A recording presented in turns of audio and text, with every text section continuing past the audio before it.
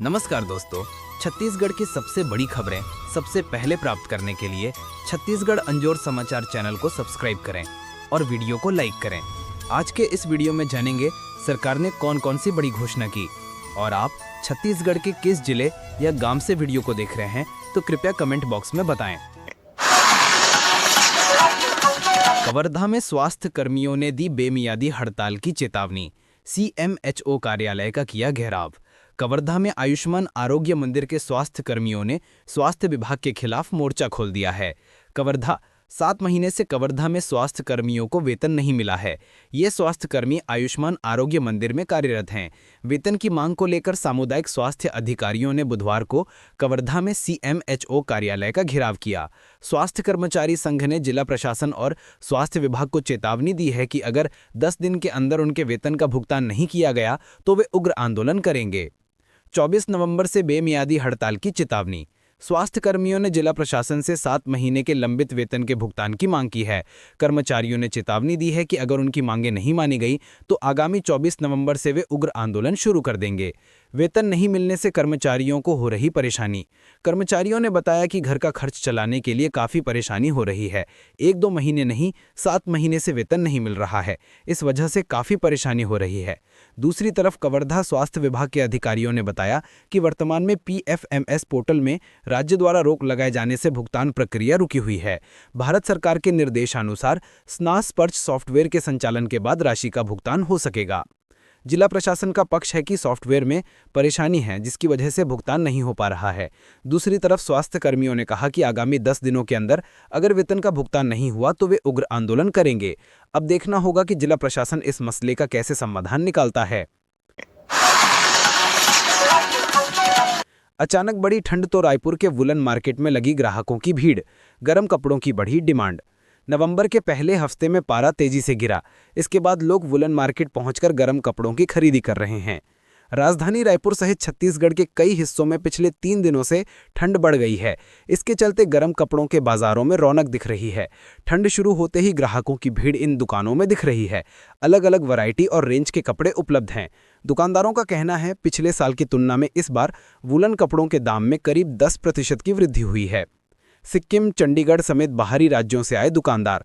राजधानी रायपुर के मोतीबाग चौक पर स्थानीय दुकानदारों के साथ ही मैनपाट, दार्जिलिंग, नेपाल और सिक्किम जैसी जगहों से भी लोग आकर दुकान लगा रहे हैं। मोतीबाग चौक में स्थानीय और बाहरी दुकानदार को मिलाकर लगभग 50 दुकानें सज गई हैं। इन दुकानों में बच्चों से लेकर बड़ों तक के गर्म कपड़े उपलब्ध हैं। विवाह के लिए 50 लाख की प्रेरणादायी सहायता की मांग। बलौदा बाजार में NSUI का अनोखा ज्ञापन। NSUI विधानसभा अध्यक्ष सूर्यकांत वर्मा ने कार्यकर्ताओं के साथ PWD ऑफिस में ज्ञापन सौंपा है। जिले में NSUI ने अपनी मांगों और विरोध जताने के लिए अनोखा तरीका आजमाया है। विधानसभा अध्यक्ष ने लोक निर्माण विभाग PWD को एक ज्ञापन सौंपा है जिसमें उन्होंने अपने विवाह समारोह के लिए 50 लाख रुपए की प्रेरणादायी सहायता की मांग की है। दरअसल उप मुख्यमंत्री अरुण साव के भांजे की 13वीं पर सरकारी पैसे खर्च करने के आरोप लगे थे। इसी मुद्दे पर यह प्रतीकात्मक विरोध था। ये मामला उस घटना से जुड़ा है जिसमें उप मुख्यमंत्री अरुण साव के भांजे की 13वीं पर PWD की ओर से 97 लाख रुपए खर्च करने की चर्चा महीनों सोशल मीडिया पर चली थी। हालांकि विभाग ने उस समय इन आरोपों को भ्रामक बताया था, लेकिन किसी औपचारिक जांच रिपोर्ट का अब तक खुलासा नहीं हुआ था। इस पर NSUI ने तंज कसते हुए इसे विभाग की जनसेवा भावना और संवेदनशील परंपरा बताया। साथ ही NSUI नेता बलौदा बाजार स्थित PWD कार्यालय पहुंचे। लोक निर्माण विभाग अधिकारी को ज्ञापन सौंपा। ज्ञापन में उन्होंने लिखा कि 13वीं पर लोक निर्माण विभाग की ओर से लाखों रुपए खर्च किए गए। इसी प्रेरणा से मैं अपने विवाह समारोह के लिए विभाग से 50 लाख रुपए की सहायता का अनुरोध करता हूं। MCB जिले में तालाब सौंदर्यीकरण में भ्रष्टाचार का आरोप। कांग्रेस ने कहा सिर्फ फेंसिंग और रंग लगाकर बना दिया लाखों का बिल। अमृत सरोवर तालाब सौंदर्यीकरण योजना के तहत हो रहे काम में भ्रष्टाचार के आरोप लगे हैं। मनेंद्रगढ़, चिरमिरी, भरतपुर जिले में सरोवर तालाब सौंदर्यीकरण के नाम पर भ्रष्टाचार का मामला सामने आया है। जनपद पंचायत खड़गवां के तहत आने वाले ग्राम पंचायत पोडीडीह में केंद्र सरकार की महत्वाकांक्षी योजना अमृत सरोवर तालाब सौंदर्यीकरण का काम चल रहा है। इसमें डिस्ट्रिक्ट मिनरल फाउंडेशन फंड के करीब 20 लाख रुपए पर भ्रष्टाचार का आरोप लगाया गया है। काम की गुणवत्ता पर सवाल। कांग्रेस जिला अध्यक्ष का कहना है कि ग्राम पंचायत पोडीडीह में अमृत सरोवर तालाब का सौंदर्यीकरण किया जा रहा है, लेकिन इसमें महज खानापूर्ति की जा रही है। ठेकेदार का ध्यान गुणवत्ता पर बिल्कुल नहीं है। घटिया क्वालिटी की सामग्री इस्तेमाल हो रही है। साथ ही काम भी बहुत कम हुआ है। इससे शासन की महत्वाकांक्षी योजना का उद्देश्य ही विफल हो रहा है। भारतीय महिला क्रिकेट टीम बनी वर्ल्ड कप ट्रॉफीधारी तो छत्तीसगढ़ की बेटी बनी गदाधारी। टीम की फिजियोथेरेपिस्ट ने सुनाया दिलचस्प किस्सा। उप मुख्यमंत्री विजय शर्मा से मिली भारतीय महिला क्रिकेट टीम की फिजियोथेरेपिस्ट गदा मिलने पर कहा, पूरे मैच ये मेरे हाथ में था। जानिए क्यों। भारतीय महिला क्रिकेट टीम अब विश्व विजेता है। राष्ट्रपति, प्रधानमंत्री समेत पूरा देश उनकी प्रतिभा का सम्मान कर रहा है। देश की इस जीत में एक महत्वपूर्ण योगदान छत्तीसगढ़ की बेटी का भी है, जिन्होंने यह भरोसा रखते हुए पूरे खेल में विश्वास का गदा लेकर बैठी रहीं कि जीत भारतीय टीम की ही होगी। ये है कवर्धा की आकांक्षा सत्यवंशी, जो टीम की फिजियोथेरेपिस्ट भी हैं। विजय शर्मा से की मुलाकात। कवर्धा जिले की रहने वाली आकांक्षा सत्यवंशी को छत्तीसगढ़ की सरकार ने सम्मानित भी किया है। मुख्यमंत्री विष्णुदेव साय ने सीएम आवास पर मुलाकात की थी और इनका स्वागत किया था। अब उप मुख्यमंत्री विजय शर्मा ने भी उनसे मुलाकात की। उप मुख्यमंत्री विजय शर्मा ने गुलदस्ता के साथ गदा देकर उनका स्वागत किया। ये गदा देखकर उन्हें टीम की जीत से जुड़ा एक किस्सा याद आया, जो उन्होंने शेयर किया। बिहार में एनडीए की प्रचंड वापसी तय। कांग्रेस को महतारी वंदन और एसआईआर से चुभन। डिप्टी सीएम अरुण साहब। बिहार विधानसभा चुनाव में डिप्टी सीएम अरुण साहब ने एनडीए की जीत का दावा किया है। बिहार विधानसभा चुनाव में जनता ने ईवीएम में फैसला कैद कर दिया है। 14 नवंबर को आने वाले नतीजों पर सबकी निगाहें टिकी हुई हैं। तमाम एग्जिट पोल ने एनडीए की वापसी के संकेत दिए हैं।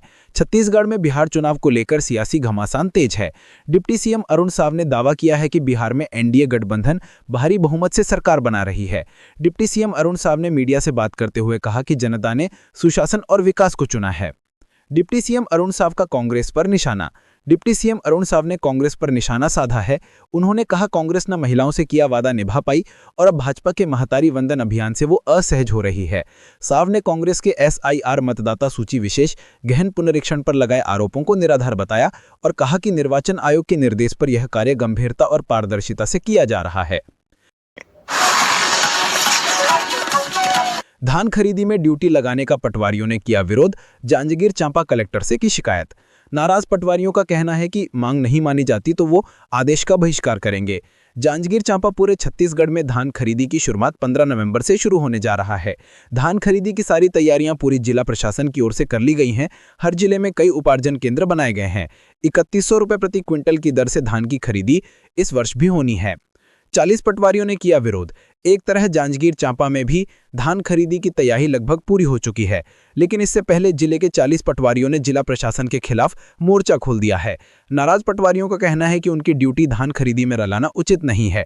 40 पटवारियों का कहना है कि अगर जबरन उनकी ड्यूटी धान खरीदी में लगाई गई तो वे जिला प्रशासन के आदेश का बहिष्कार कर देंगे। नाराज पटवारियों ने मांग की है कि उनकी मांग पर जल्द से जल्द विचार किया जाए।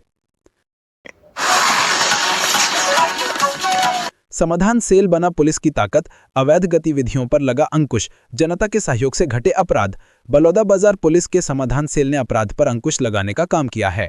बलौदाबाजार पुलिस के समाधान सेल ने अपना असर दिखाना शुरू कर दिया है। मई 2025 में एसपी भावना गुप्ता के निर्देशन में समाधान सेल की शुरुआत की गई थी।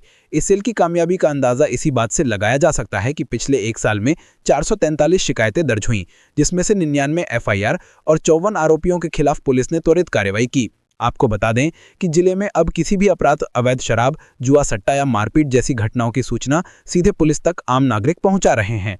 समय सीमा में पूरी होती है शिकायत।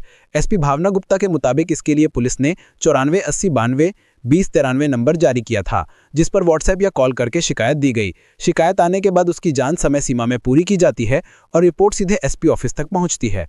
समाधान सेल जनता और पुलिस के बीच भरोसे का पुल है। शिकायत देने वाले की पहचान गोपनीय रखी जाती है ताकि लोग बिना डर के सच बता सकें। जय जोहार, जय छत्तीसगढ़। धन्यवाद।